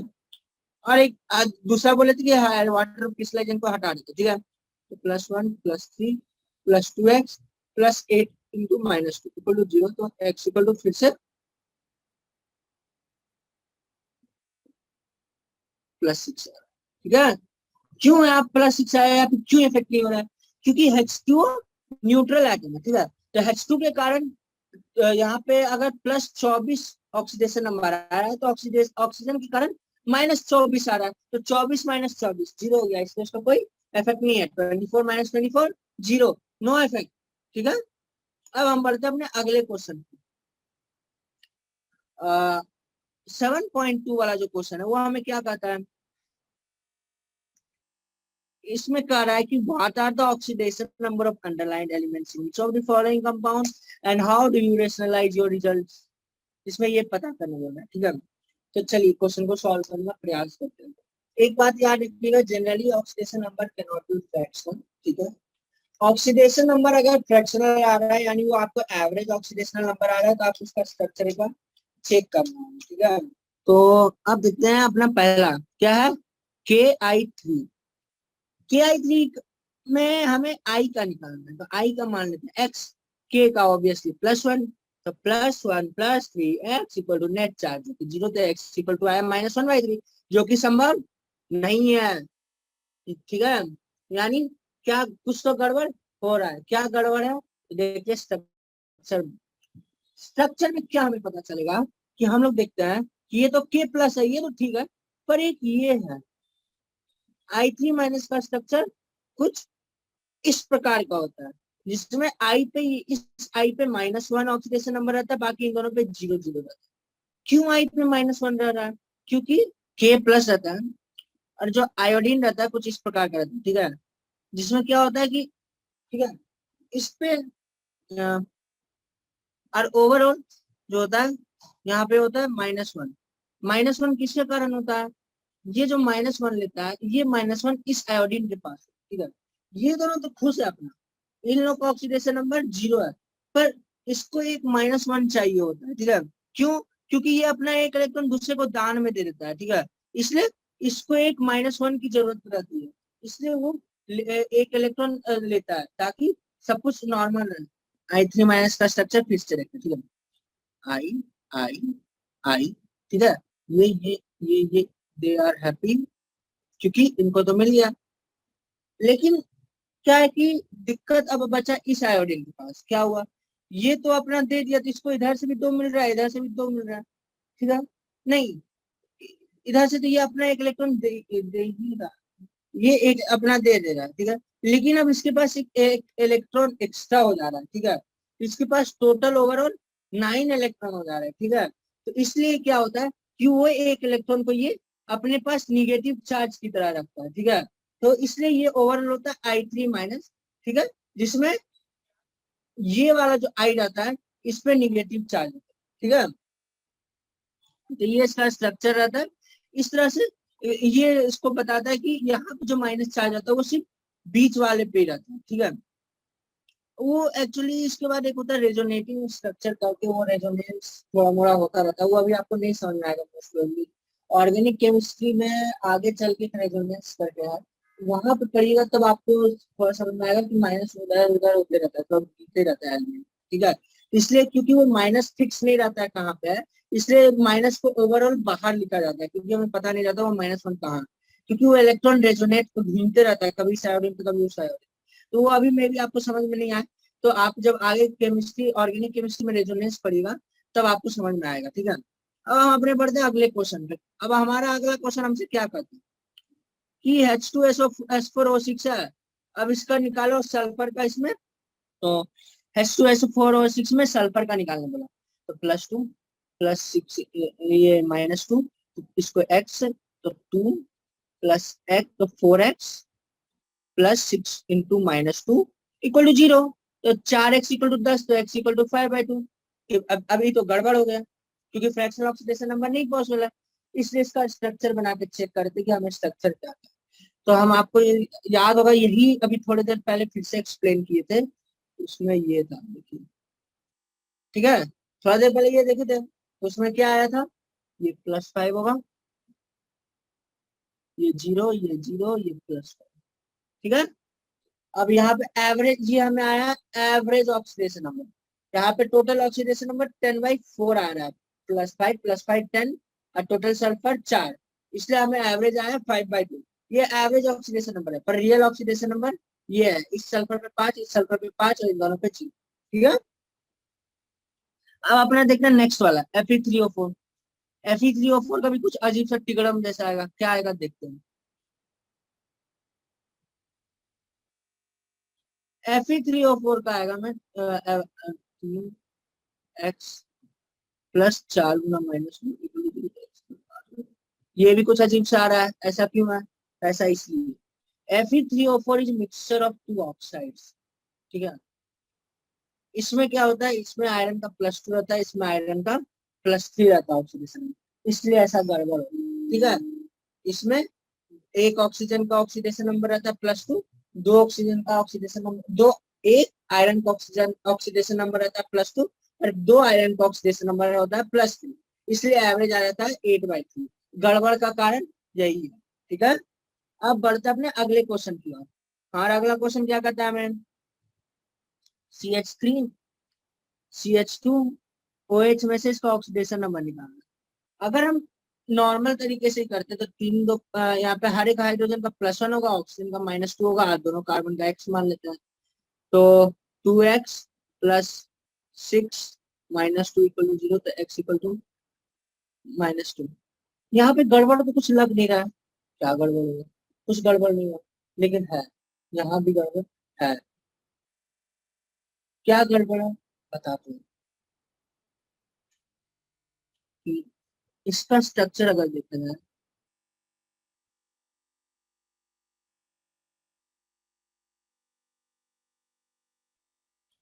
तो हाइड्रोजन और क्लोरीन में कौन जा रहा है? क्लोरीन जा रहा है इलेक्ट्रोनेगेटिव है। हाइड्रोजन को अगर +1 मिलेगा तो क्लोरीन को -1 मिलना चाहिए, इधर भी +1 होगा, इधर भी -1, इधर भी +1 तो इधर भी -1, और इस कार्बन के कारण 0, दोनों का इलेक्ट्रोनेगेटिव सेम है, इसलिए यहाँ पे इस कार्बन का ऑक्सीडेशन नंबर है -3, पर इस कार्बन का यहाँ -1 है हाइड्रोजन के कारण, इस हाइड्रोजन के कारण -1, पर इस ऑक्सीजन के कारण +1, इसलिए यहाँ पे इस कार्बन का ऑक्सीडेशन नंबर है -1, तो एवरेज -2 आ रहा है, पर इंडिविजुअली हर एक कार्बन का ऑक्सीडेशन नंबर अलग है, इसलिए आप प्रयास करिए स्ट्रक्चर से निकालें। जनरली आप कोशिश करिए कि आप स्ट्रक्चर से ऑक्सीडेशन नंबर निकालें। ठीक है, दो एटम का ऑक्सीडेशन नंबर एक ही एलिमेंट में, अगर दो एटम का ऑक्सीडेशन नंबर सेम है, ठीक है, अगर एक ही एलिमेंट में दो एटम का अगर ऑक्सीडेशन नंबर सेम है, इसका अर्थ है कि उसके दोनों तरफ सराउंडिंग सेम है, लेकिन यहाँ पे इस कार्बन के अक्रॉस 3 हाइड्रोजन और यहाँ पे इस कार्बन के अक्रॉस 2 हाइड्रोजन 1 ऑक्सीजन है, तो दोनों का सराउंडिंग अलग अलग, इसलिए दोनों का सेम, जनरली दोनों का सेम ऑक्सीडेशन नंबर नहीं हो सकती। ठीक है, लेकिन कुछ कुछ केस हो सकता है जैसे जिसमें हो जाए, जैसे फॉर एग्जांपल इधर कार्बन, इधर COOH है और इधर CCl है, तो तब दोनों केस, तो तब दोनों का ऑक्सीडेशन नंबर -1 हो जाएगा। ठीक है, तब सेम आ जाएगा, लेकिन आम तौर पे लेकिन वो उस टाइम सिमिलर सिचुएशन रहता है, क्योंकि दोनों केस में कार्बन के पास जो अक्रॉस रहता है, कार्बन के जो अक्रॉस रहता है, जैसे फॉर एग्जांपल बताते हैं, जैसे इन दोनों के इस केस में दोनों कार्बन का कंडीशन सिमिलर है। कैसे सिमिलर है? एक ज्यादा इस कार्बन में एक ज्यादा इलेक्ट्रोनेगेटिव वाला है, दो कम इलेक्ट्रोनेगेटिव वाला है, और एक सेम इलेक्ट्रोनेगेटिव वाला है। ठीक है, एक सेम इलेक्ट्रोनेगेटिव वाला है। यहाँ पे यहाँ पे भी एक ग्रेटर देन इलेक्ट्रोनेगेटिव वाला है, मतलब ऑक्सीजन ज्यादा इलेक्ट्रोनेगेटिव वाला है, तो एक वो है, दो हाइड्रोजन है जो इससे कम इलेक्ट्रोनेगेटिव वाले हैं, और एक है सिमिलर वाला। ठीक है, तो यहाँ पे कंडीशन सिमिलर है, लेकिन यहाँ पे तीनों ऐसे एलिमेंट है जिसका इलेक्ट्रोनेगेटिविटी कार्बन से कम है, और एक है जो सिमिलर वाला है, और यहाँ पे एक है जिसका इलेक्ट्रोनेगेटिविटी ज्यादा है जो ऑक्सीजन है, और दो का कम है, और एक समान वाला है, तो दोनों का केस अलग है, इसलिए यहाँ पे दोनों कार्बन का सेम ऑक्सीडेशन नंबर नहीं संभव है, जबकि यहाँ पे पॉसिबल है। ठीक है, समझ में आया? अब बढ़ते हैं हम अपने अगले क्वेश्चन पे, कौन सा? 7.3, सॉरी एक क्वेश्चन और अगले, सॉरी सॉरी, CH3COOH। यहाँ पे भी अगर नॉर्मल तरीके से फॉर्मूला से निकालते तो गलत हो जाता है, इसलिए हम लोग स्ट्रक्चर से निकालते। मे भी अभी आपको स्ट्रक्चर बनाने में प्रॉब्लम आ रहा होगा, ये ऑर्गेनिक कंपाउंड है, ठीक है, ये लास्ट वाले, तो मोस्टली आप जब आगे ऑर्गेनिक पढ़िए ना तब आराम से बनने लगे, टेंशन नहीं है। और ये सब जो है थोड़े से अलग टाइप के लग रहे होंगे, स्पोरोसिस, वो सब जब पी ब्लॉक एलिमेंट्स पढ़िएगा ना तो वो भी आराम से आएगा, ठीक है, टेंशन मत लीजिए। तो हाइड्रोजन का यहाँ पे +1 होगा तो यहाँ -1, यहाँ +1 तो ये -1, +1 ये -1, यहाँ ओवरऑल -3 है, क्योंकि ये कार्बन के कारण 0 है, इस कार्बन के कारण यहाँ 0 है, तो टोटल -3, ठीक है। लेकिन इस कार्बन का अगर देखा जाए तो, इस कार्बन का देखा जाए तो हम लोग क्या देखते हैं कि ऑक्सीजन के कारण +2, इस ऑक्सीजन के कारण +1, इस ऑक्सीजन के कारण 0, इसका ओवरऑल हो रहा है +3। एवरेज ऑक्सीडेशन नंबर आपको 0 आए, आप चेक कर लीजिएगा, पर इंडिविजुअली दोनों कार्बन का अलग अलग है, ठीक है, कोई दिक्कत। चलिए अ,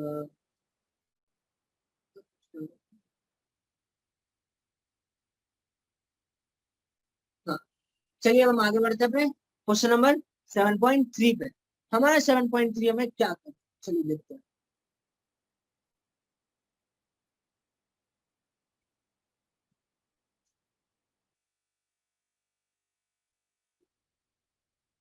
7.3 हमें कहता है कि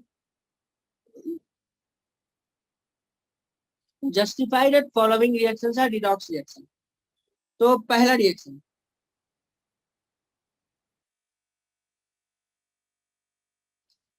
तो इसमें ऑक्सीडेशन नंबर कॉपर का था +2, ऑक्सीजन का -2, इसका था 0। अब यहाँ पे कॉपर का ऑक्सीडेशन नंबर हो गया 0, हाइड्रोजन का +1 और ऑक्सीजन का -2, तो यहाँ पे कॉपर रेड्यूस हो गया और हाइड्रोजन ऑक्सीडाइज हो गया, इसलिए ये रिडॉक्स है। उसी तरह दूसरा देखते हैं, Fe2O3 +3CO गिव्स Fe+CO, ठीक है। तो यहाँ पे आयरन आयरन का ऑक्सीडेशन नंबर है +3, ऑक्सीजन का प्लस सॉरी ऑक्सीजन का -2, यहाँ कार्बन का +2, ऑक्सीजन का -2, यहाँ पे आयरन का है 0, कार्बन का है प्लस। आयरन क्या हुआ, आयरन रिड्यूस हो गया, लेकिन कार्बन क्या हुआ, ऑक्सीडाइज हो गया। यहाँ पे ऑक्सीजन का -2, तो ऑक्सीजन के ऊपर इफेक्ट नहीं आया है, तो यहाँ पे आयरन रिड्यूस हो गया, कार्बन ऑक्सीडाइज हो गया, इसलिए ये क्या है, रिडॉक्स रिएक्शन। उसी तरह देखते हैं अपना ये तीसरा रिएक्शन, ठीक है। तो यहाँ ब्रोमीन का होगा, सॉरी बोरॉन का होगा +2, क्लोरीन का -1, लिथियम का +1,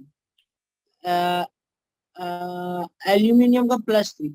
वहां पे जहाँ पे एक जगह था, यहाँ पे ये भी लिख लीजिए, लिथियम का भी जनरली +1 ही रहता है, आमतौर पर लिथियम का भी +1 ही रहता है जनरली। हाँ, आमतौर पे +1 ही रहता है, ठीक है।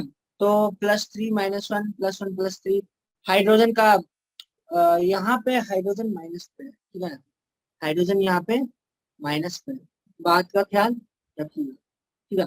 जनरली क्या होता है कि BH4- AlH4-, इन सब केस में हाइड्रोजन -1 होता है, ठीक है। इनको हाइड्राइड्स कहते हैं, ये एल्यूमिनियम हाइड्राइड्स होते हैं, बोरोन हाइड्राइड्स होते हैं, तो इस केस में -1 रहता है, ठीक है। अब यहाँ B2H6 में देखें तो यहाँ पे बोरोन है -3, हाइड्रोजन है +3, Li है +1, Li है +1, Cl-1 +1। तो ना ही क्लोरीन का चेंज हुआ, ना ही एल्यूमिनियम का, ना ही लिथियम चेंज हुआ, तो सिर्फ बोरोन और हाइड्रोजन का। बोरोन -3 पे पहुंच गया, जिसके कारण उसका रिडक्शन हो गया। अब क्लोरीन सॉरी हाइड्रोजन -1 से +3 सॉरी हाइड्रोजन -1 से +1 पे पहुंचा, ठीक है। तो क्या हुआ, हाइड्रोजन ऑक्सीडाइज हो गया, बोरोन रिड्यूस हो गया, ठीक है। इस प्रकार से ये भी रिडॉक्स रिएक्शन साबित हो गया।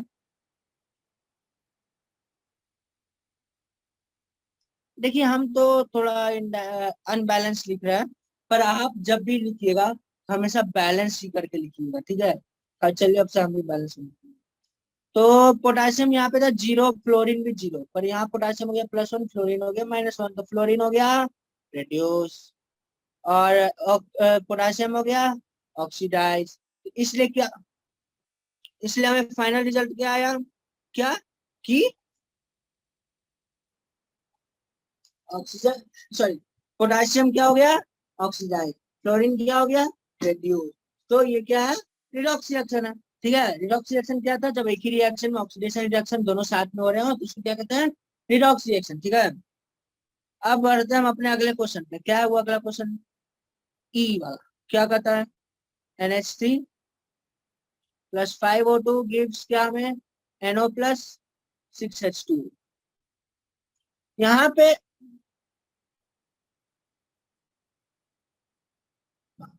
यहाँ पे अमोनियम का था -3, सॉरी नाइट्रोजन का -3, हाइड्रोजन का +1, ऑक्सीजन का 0।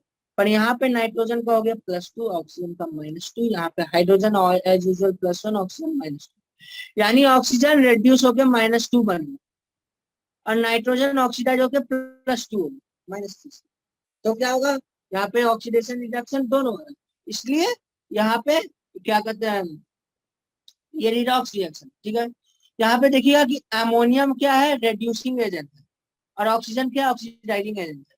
उसी तरह यहाँ पोटेशियम क्या है, रिड्यूसिंग एजेंट है, फ्लोरीन क्या है, ऑक्सीडाइजिंग एजेंट है। ठीक है, अब बढ़ते हैं अपने अगले क्वेश्चन पे।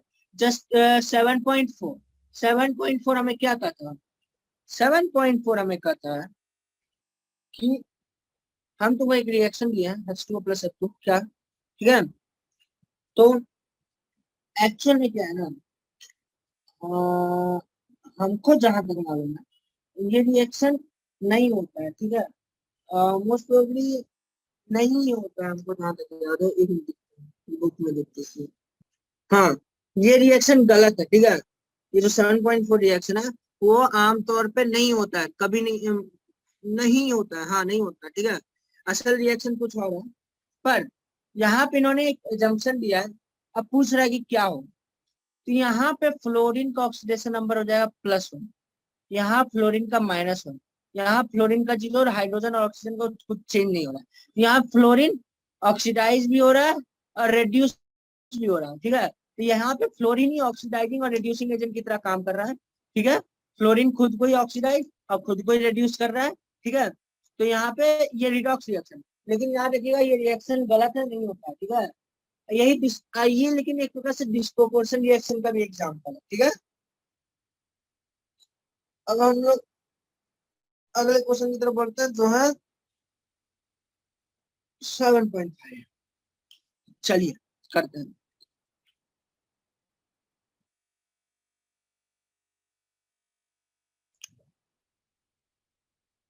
7.5 हमें क्या कहता है, 7.5 कहता है कि calculate the oxidation number of sulphur in H2SO5,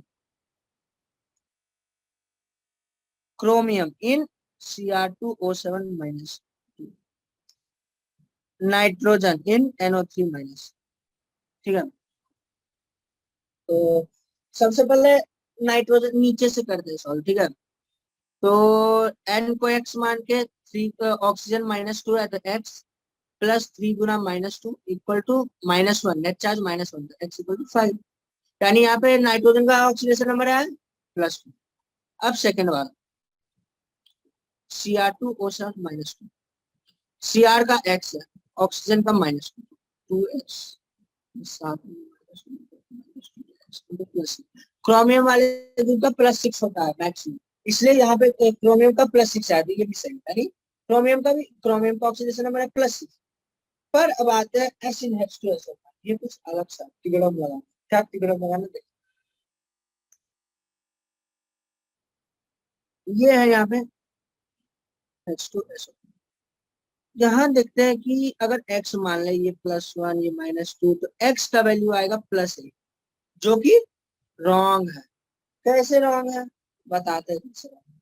इसलिए रॉन्ग है क्योंकि एक्स सल्फर का मैक्सिमम पॉसिबल +6 है, सल्फर का ग्रुप कौन सा है 16, तो -10 करने पे 6 आ रहा है, तो मैक्सिमम जो पॉसिबल वैल्यू है वो +6 है।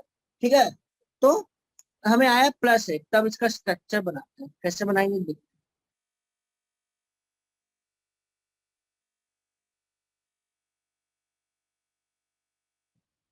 अब यहाँ पे एक पेरोक्साइड लिंक है, ठीक है, यहाँ पे एक पेरोक्साइड लिंक है, ठीक है। तो उससे क्या होगा, इससे ये होगा कि यहाँ सिर्फ -1 आएगा, यहाँ भी सिर्फ -1 आएगा, सॉरी, यहाँ इसके कारण +1, यहाँ भी +1, ये +2 और ये +2 देगा, तो टोटल +6 आएगा, ठीक है।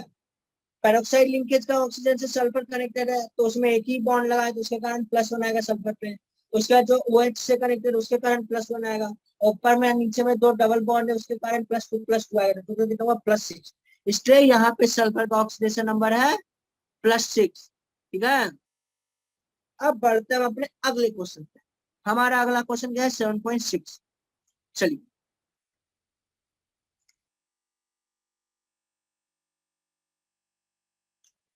तो जो 7.6 है, उसमें सबका फॉर्मूला लिखने बोला है। तो देखिए, Hg का 2 है, क्लोरीन का -1 है, यानी क्लोरीन को एक ही इलेक्ट्रॉन चाहिए, लेकिन मर्क्यूरी को तो 2 देना है। मर्क्यूरी यहाँ पे पॉजिटिव है, ठीक है,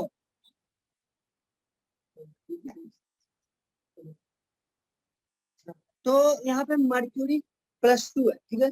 क्योंकि क्या है कि जो कंपाउंड, मतलब कंपाउंड में एक पॉजिटिव ऑक्सीडेशन नंबर जनरली होता ही होता है, और एक अगर पॉजिटिव है तो निगेटिव ऑक्सीडेशन नंबर होता ही। तो यहाँ पे मर्क्यूरी पॉजिटिव है, क्लोरीन निगेटिव है, क्लोरीन एक ही इलेक्ट्रॉन लेगा और मर्क्यूरी को 2 देगा, तो मतलब यहाँ पे 2 क्लोरीन की जरूरत होगी, तो फॉर्मूला होगा HgCl2, ठीक है। उसके बाद क्या है, अ, उसके बाद आता है हमारा दूसरा वाला। क्या है दूसरा वाला, निकल सल्फेट।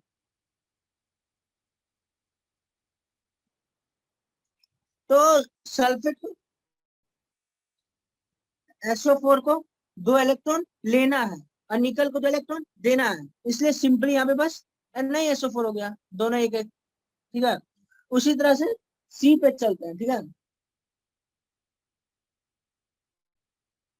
एक मिनट, अच्छा स्ट्रक्चर भी बनाने बोला था, सॉरी, 7.5 में उन्होंने स्ट्रक्चर भी बनाने बोला था, हम देखे नहीं थे। चलिए उसको एक बार कर ही लेते, उसको निपटा लेते, उसके बाद फिर उसको तो जो इसका स्ट्रक्चर होगा क्रोमियम वाले का, Cr double bond Cr minus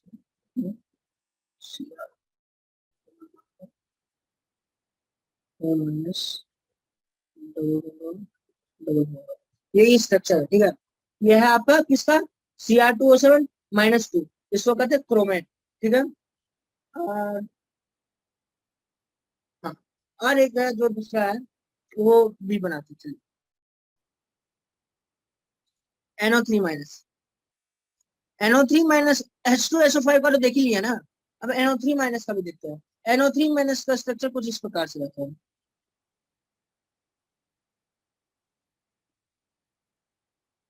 ठीक है। यहाँ पे क्या होता है कि नाइट्रोजन नाइट्रोजन एक covalent bond, sorry, coordinate covalent bond form करता है एक ऑक्सीजन के साथ, यहाँ पे अपना 2 इलेक्ट्रॉन इसको डोनेट करता है, और ये दोनों नॉर्मल बॉन्ड ही रहते हैं। यहाँ पे नाइट्रोजन ऑक्सीजन के साथ एक ही बॉन्ड फॉर्म करता है, इसलिए ऑक्सीजन को एक निगेटिव चार्ज चाहिए होता है, ठीक है। तो इस तरह से NO3- का भी स्ट्रक्चर होता है, ठीक है। ओवरऑल हमको लगता है जहां तक आपको सब कुछ अभी क्लियर होगा, ठीक है। स्ट्रक्चर एक और भी नीटली बना देते हैं सबका। H2SO5 का ये हो गया क्रोमेट का। अब बनाते हैं इसका, NO3- का, ठीक है। All clear, all set. चलिए, तो इतना तक हम लोग करें हैं। अब थोड़ा सा एक और पॉइंट है कि, तो इतना तक तो सब कुछ सही है, सब क्लियर है, ठीक है। अब हम अपने अगले क्वेश्चन पे, हाँ, तो ये कर रहे थे बीच में ना। तो क्या था कि अब आता है तीन ऑक्साइड। ऑक्साइड यानी O-2, इसको तो दो ही इलेक्ट्रॉन चाहिए, तीन को तो 4 देने हैं, इसलिए TiO2, ठीक है, ठीक है ना, क्योंकि ऑक्सीजन को 2 ही इलेक्ट्रॉन चाहिए, हाइड्रोजन को 4 देने हैं, तो ऑक्सीजन 2 ऑक्सीजन आएंगे ताकि वो 4 इलेक्ट्रॉन कम मिलके ले ले, ठीक है। उसके बाद आता है थैलियम। अब थैलियम क्या, थैलियम भी एक है एलिमेंट। उसको क्या है कि उसको एक ही एलिमेंट चाहिए, उसको एक ही इलेक्ट्रॉन कनेक्ट करना है, पर तो सल्फेट बोल रहा है हमको 2 चाहिए, इससे 2 थैलियम लिया जाता है, ठीक है, ताकि ताकि सब कुछ सेटिस्फाइड हो, ठीक है। अब एक क्या है, आयरन 3 सल्फेट।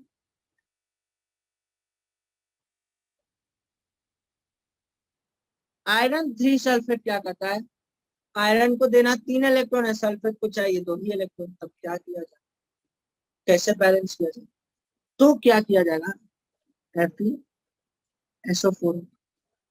तो हम लोग कुछ इस प्रकार से करते हैं, 2 और 3 का एलसीएम निकालते हैं, क्या आता है 6। यानी अगर आयरन 6 इलेक्ट्रॉन डोनेट करेगा तो कितना आयरन चाहिए, 2 ऐसे आयरन चाहिए Fe+ की वाला। और अगर सल्फेट को 6 इलेक्ट्रॉन लेना है तो ऐसे 3 सल्फेट चाहिए, इस तरह से बैलेंस लगा।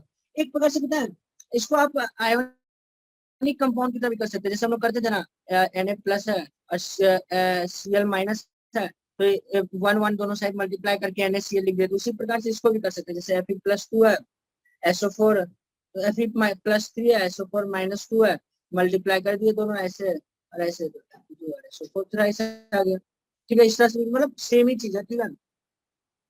और एक लास्ट बचा कौन सा, क्रोमियम 3 ऑक्साइड। सेम ये वाला लॉजिक लगाते हैं, Cr+3O-2, इससे हमें आता है Cr2, ठीक है, कोई दिक्कत नहीं। चलिए अगले वाले पे बढ़ते हैं। हमें कहता है suggest list of all of the substances where carbon can exhibit oxidation states from -4 to 4 and nitrogen from और -3 to 5।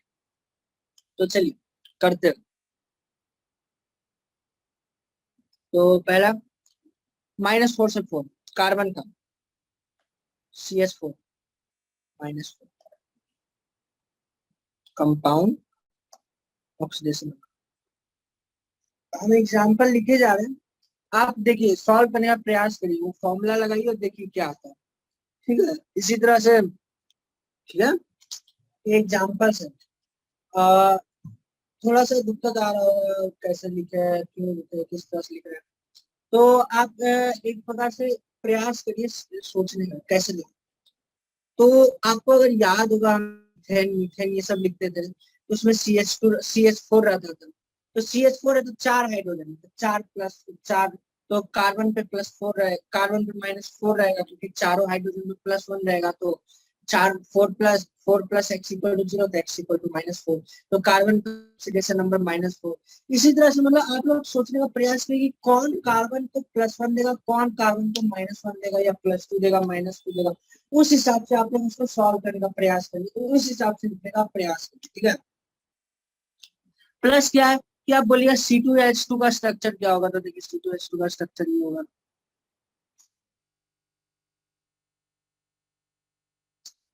ठीक है। इसमें कुछ गड़बड़ नहीं है? हाँ गड़बड़ तो कुछ है नहीं। उसी तरह से CH3Cl का भी आपको पता है, CH4 जैसा होता है, C2H6 CH2Cl भी C2Cl का C2Cl2 का इसी के सिमिलर है। CO का थोड़ा अलग टाइप का स्ट्रक्चर होता है, उसका कुछ कभी ऐसा ऐसा इरेजोनेटिंग टाइप का रहता है, तो इसका स्ट्रक्चर मतलब उसका एक परमानेंट स्ट्रक्चर नहीं रहता है, वो रेजोनेट हो जाता है, वो थोड़ा सा आगे समझ में आएगा, ठीक है। और क्या है कि HCOH का स्ट्रक्चर कुछ इस प्रकार से रहता है, कार्बन डाइऑक्साइड का तो पता ही है ना? इस तरह से हम लोग कार्बन का लिखते हैं। अब चलिए नाइट्रोजन का लिखते हैं, नाइट्रोजन का कहाँ से कहाँ लिखना है, -3 से 5 का। तो नाइट्रोजन के लिए चलिए कहाँ से स्टार्ट करना है, -3 से, ये इस तरह से हम लोग लिख सकते हैं, ठीक है। और स्ट्रक्चर्स अभी इनका आपको सेकेंड ईयर में आपको पता चल जाएगा, ठीक है। इनका आसान है, नाइट इनका जैसे देख सकते हैं, ये लोन पेयर है, ठीक है। इस तरह से N2H2 का भी स्ट्रक्चर हो जाए, ठीक है। अब क्या है, अब बढ़ते हैं अपने अगले क्वेश्चन पे, इस मतलब ऑक्सीडेशन नंबर इस तरह से लिख सकते हैं, ठीक है। अब हम बढ़ते हैं अपने अगले क्वेश्चन।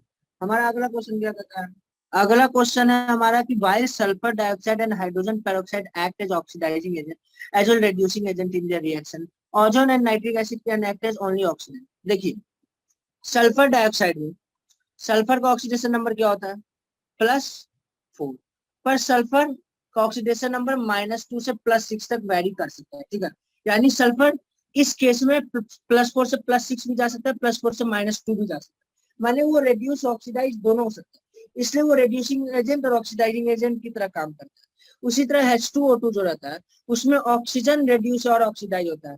तो यहाँ पे ऑक्सीजन का ऑक्सीडेशन नंबर -1, पर ऑक्सीजन का +2 तक भी जा सकता है और -2 तक भी जा सकता है, यानी ऑक्सीजन यहाँ पे रिड्यूस भी हो सकता है, ऑक्सीडाइज भी हो सकता है। इसलिए H2O2 में जो H2O2 है रिड्यूसिंग एजेंट ऑक्सीडाइजिंग एजेंट दोनों की तरह काम करता है। पर नाइट्रिक एसिड जो है इसमें नाइट्रोजन का जो ऑक्सीडेशन नंबर रहता है वो +5, ये मैक्सिमम +5 तक ही जाता है। नाइट्रोजन का जो ऑक्सीडेशन नंबर है वो -3 से +5 तक ही रहता है। तो नाइट्रोजन अब और ऑक्सीडाइज नहीं हो सकता, तो वो बस रेड्यूस ही हो सकता है, इसलिए वो ऑक्सीडाइजिंग एजेंट की तरह काम करता है, दूसरे को ऑक्सीडाइज करके खुद को रेड्यूस करता है। वही ओजोन जो है, ओजोन क्या है कि असल में O2 प्लस O डॉट में टूट जाता है, इसको कहते हैं नेसेंट ऑक्सीजन, ठीक है। इसको अकेला रहना पसंद है नहीं, तो ये क्या करता है कि किसी और के साथ रिएक्ट करता है पटाख से नहीं, जल्दी से, और खुद को रिड्यूस कर लेता है, क्योंकि इसको एक इलेक्ट्रॉन और चाहिए होता है, इसलिए ये खुद को रिड्यूस कर लेता है, एक इलेक्ट्रॉन ले लेता है, सामने वाली चीज को ऑक्सीडाइज कर लेता है। ये होता है नेसेंट ऑक्सीजन। जनरली जो नेसेंट चीजें हैं वो अपना कैरेक्टरिस्टिक को फॉलो करती है। नेसेंट ऑक्सीजन जनरली ऑक्सीडाइज करता है और नेसेंट हाइड्रोजन आमतौर पर रिड्यूस ही करता है, ठीक है। लेकिन कभी कभी बहुत एक्सट्रीम केस है जिसमें ओजोन रिड्यूसिंग एजेंट काम करता है, पर वो बहुत क्या कहते हैं एक्सट्रीम केस, और आपको जानने की जरूरत है, ठीक है। अब क्या है अगला क्वेश्चन, क्या है हमारा, consider the following reaction when the why it is more appropriate to write this reaction as like this, ठीक है। तो जैसे क्या है कि हाँ, एक बात और याद रखिएगा कि जो रिएक्शन होता है ना ऑक्सीजन का, आमतौर पे -2 से 0 के बीच में रहता है, ठीक है, ऑक्सीडेशन, ठीक है। लेकिन वो कभी भी क्या कहते हैं, ऑक्सीडेशन नंबर कभी भी उसका क्या कहते हैं जनरली +1 +2 नहीं जाता है, वो तभी जाता है जब वो OH2 या O2F2 फॉर्म करता है, नहीं तो आमतौर पे कभी नहीं जाता है, ठीक है। तो ओजोन के साथ और एक लॉजिक दे सकते हैं कि यहाँ पे ओजोन का ऑक्सीडेशन नंबर 0 है, अब इसका मैक्सिमम ऑक्सीडेशन नंबर एक रिएक्शन है जो पॉसिबल है वो 0 ही है, इसलिए ये फर्दर ऑक्सीडाइज नहीं हो सकता, ये सिर्फ रिड्यूस हो सकता है, इसलिए इसको ऑक्सीडाइजिंग एजेंट की तरह मजबूरन काम करना पड़ता है। पर ये जनरली ये लॉजिक उतना सही नहीं है, ठीक है, क्योंकि उसका +1 +2 पॉसिबल है, इसलिए वो कभी कभी एक्सट्रीम केस में वो रिड्यूसिंग एजेंट की तरह भी काम करता है। पर अभी आपको वो जानने की जरूरत नहीं है, बस इतना याद रखिए वो नेसेंट ऑक्सीजन की तरह, उससे नेसेंट ऑक्सीजन रिलीज होता है जो बहुत ज्यादा हाईली रिएक्टिव होता है, दूसरे को तुरंत रिड्यूस कर देता है, ठीक है। और अगला क्वेश्चन देखते क्या है कि कंसिडर, हाँ, तो जो क्वेश्चन है 7.9, उसमें क्या कहता है कि 6CO2 plus 6H2O gives C6H12O6 plus 6H2O, sorry, plus 6O2 को इस तरह ना लिख के इस तरह लिखना चाहिए। अब ऐसा क्यों हो रहा है, तो इसका एक मैकेनिज्म, क्या मैकेनिज्म है चलिए। क्या होता है ना, ये जो 12H2O रहता है ये पहले टूटता है, इसमें 24, ये टूटता है, कैसे टूटता है, 12H2 में और 6 ऑक्सीजन, ये CO2 क्या करता है, इन 12H2 के साथ रिएक्ट करते हैं, 6CO2 gives C6H12O6 plus 6H2। ये जो ऑक्सीजन आता है, ये जो ऑक्सीजन आता है वो इससे आता है, ठीक है, सॉरी, हाँ,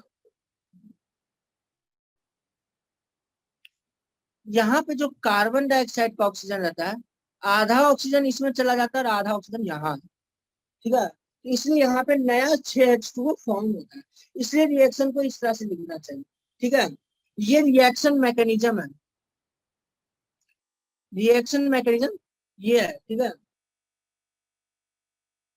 तो अब क्या होता है, तो अब ऐसा क्यों, तो अब हम यहाँ बोला है कि suggest technique to investigate the path, इसको हम पता कैसे करें, तो आपको मालूम होगा कि ऑक्सीजन दो प्रकार के होते हैं, तो 16 जिसका वेट है, एक होता है 18, तो जब आप यहाँ पे H2O18 यूज करिएगा ना, मतलब ऑक्सीजन 18 वाला यूज करिएगा, तो जो ऑक्सीजन रिलीज होगा गैस, फाइनल रिएक्शन तो ये है, तो ऑक्सीजन जो रिलीज होगा उसमें जो ऑक्सीजन होगा वो 18 वाला है, और यहाँ पे जो H2O आएगा उसमें जो ऑक्सीजन होगा वो 16 वाला होगा। क्यों? क्योंकि कार्बन डाइऑक्साइड में कोई बदलाव नहीं किया। ठीक है, तो हम लोग पता कर सकते हैं कि ये ऑक्सीजन कहाँ से आ रहा है, वो पानी से आ रहा है। ठीक है, इस तरह से हम लोग इसको क्लैरिफाई कर सकते, कंफर्म कर सकते हैं, ये हम लोग निश्चित कर सकते हैं कि ये ऑक्सीजन हमें कार्बन डाइऑक्साइड से नहीं बल्कि पानी से आ रहा है। क्यों? क्योंकि वो ऑक्सीजन 18 ही रहेगा, और हम लोग कार्बन डाइऑक्साइड नॉर्मल 16 वाला यूज करेंगे, ऑक्सीजन 16 वाला ही। इसलिए हम लोग ये निश्चित कर लेंगे कि जो ऑक्सीजन आता है वो क्या कहते हैं, हमें पानी से ही आ रहा है, यानी वो कंप्लीटली पानी कंप्लीटली डिसोसिएट हो रहा है और फिर से रिफॉर्म हो रहा है। जैसे मान लीजिए अगर हम लोग 6H2O ही लिखते हैं तो उसमें तो 6 ही ऑक्सीजन है, पर हमें तो यहाँ अगर बैलेंस कर, लेकिन यहाँ पे सिर्फ 6 ही ऑक्सीजन है H2O में, तो यहाँ पे तो फिर नेट ऑक्सीजन जो होगा अ,